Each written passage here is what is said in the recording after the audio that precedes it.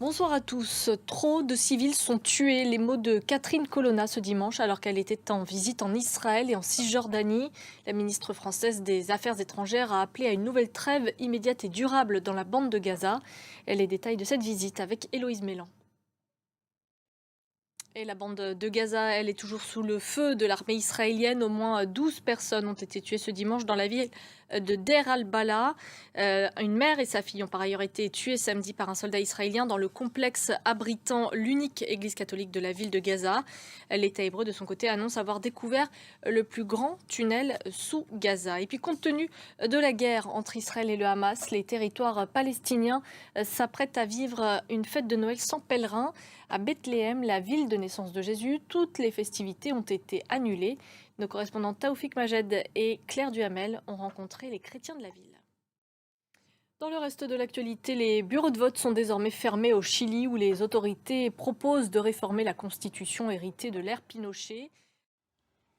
Non, pour l'instant, vous l'avez dit, les bureaux viennent de fermer. Juliette Chénion, notre correspondante au Chili, merci beaucoup.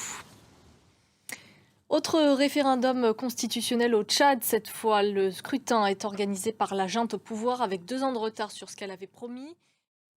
Et puis les bureaux de vote ont également fermé en Serbie, élections législatives et municipales ce dimanche dans un contexte d'inflation record et de manifestations massives contre la violence. Du sport à présent, l'équipe de France féminine de handball vient de conquérir son 3e titre de championne du monde après celui de 2003 et 2017. Et puis c'est ça qu'on en parle avec vous, Valérie Nicolas. Bonsoir, vous avez remporté avec votre équipe le 1er titre mondial, c'était en 2003. Vous aviez aussi reçu le titre de meilleure joueuse du tournoi. 20 ans plus tard, vous avez de nouveau vibré, mais pas sur le terrain cette fois. Comment avez-vous vécu ce match en tant que spectatrice ? J'ai vécu la finale un peu bizarrement.